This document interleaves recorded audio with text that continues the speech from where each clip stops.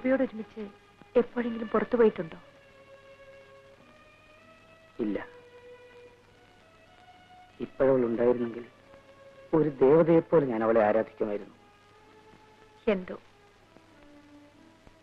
സ്ത്രീയെക്കുറിച്ചുള്ള എന്റെ ധാരണകൾ മുഴുവൻ മാറ്റിത്തന്നത് ആ പെൺകുട്ടിയാണ്.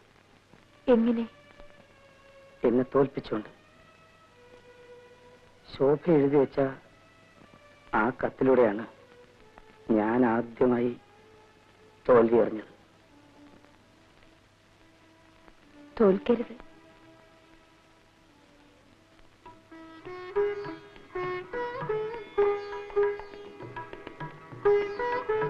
തോൽക്കാൻ പാടില്ല.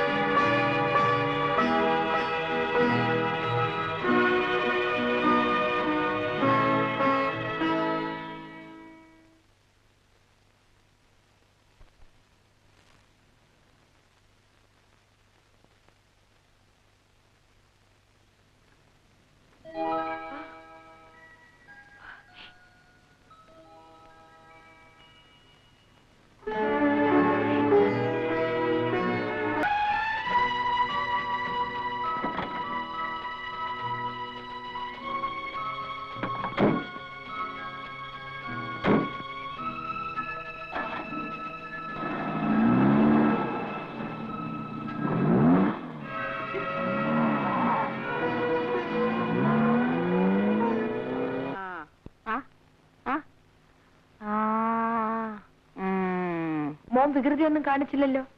മോള് വന്നോ? അമ്മയെ കാണാൻ ഒരാള് വന്നിട്ടുണ്ട്.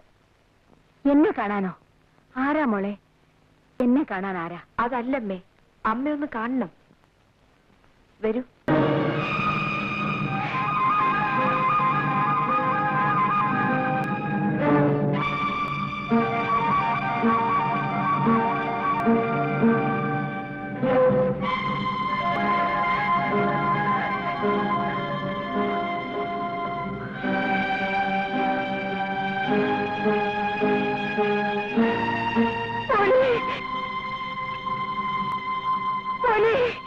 അമ്മേ, എന്റെ മോനെ,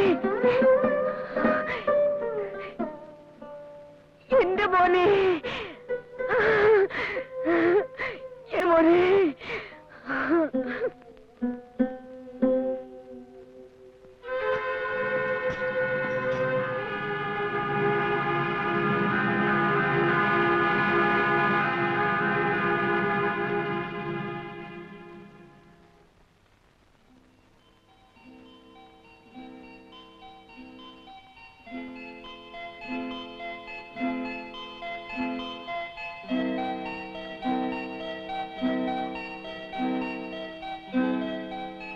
കല്യാണിക്കുട്ടി,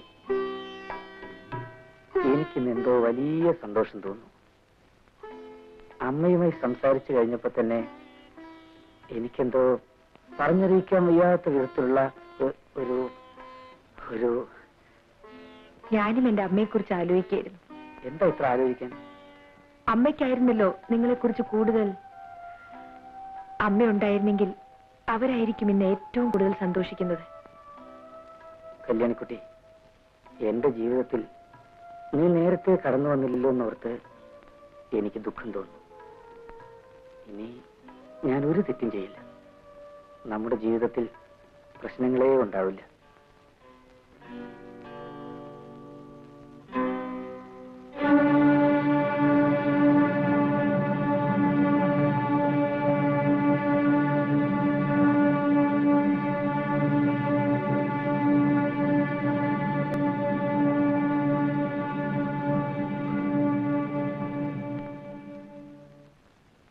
ഞാനിപ്പോ വരാം.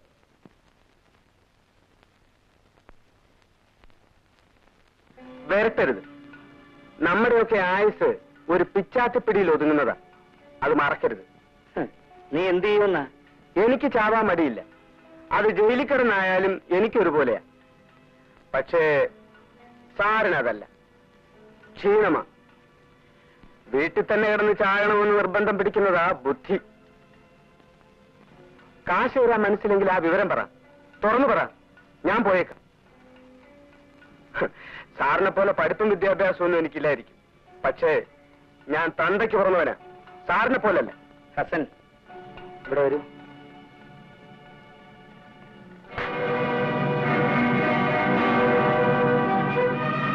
എടാ, ഇത്തവണ കൂടെ ഞാൻ എന്തെങ്കിലും തരും. മേലാൽ ഇതിന്റെ പേരും പറഞ്ഞ് പഠിക്കാത്ത നീ കാലുകുത്തിയാൽ നിന്റെ ശവം പോലും ഞാൻ പുറത്തുവിടില്ല.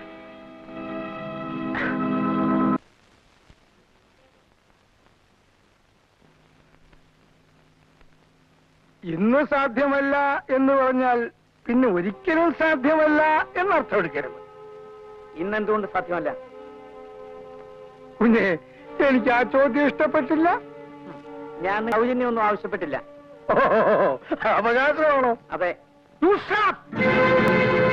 നിന്റെ കൊടികുത്തിയ അമ്മാവന്മാരുണ്ടല്ലോ, അവന്മാര് പോലും എന്റെ മുമ്പിൽ നിന്ന് ഇങ്ങനെ സംസാരിച്ചിട്ടില്ല.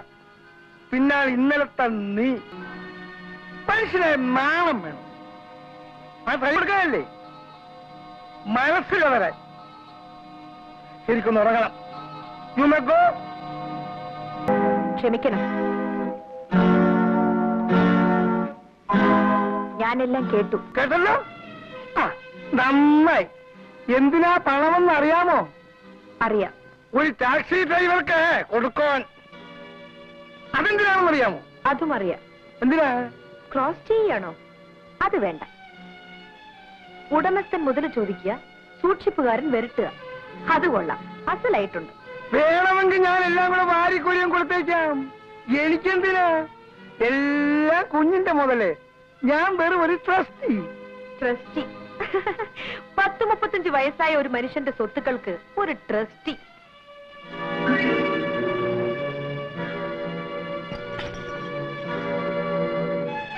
ഇന്നു മുതൽ ഞാനാവും ഇതിന്റെ സൂക്ഷിപ്പുകാരി. നിങ്ങൾക്ക് എന്ത് വേണോ അപ്പപ്പോ എന്നോട് ചോദിച്ചാൽ മതി, ഞാൻ തരാം.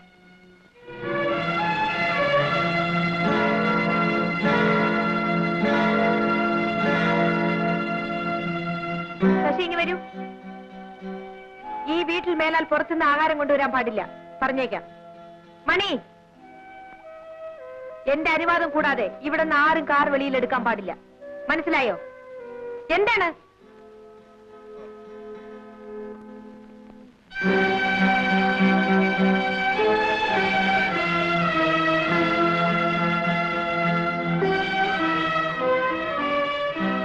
ഇന്നത്തെ കോട്ട കഴിഞ്ഞു.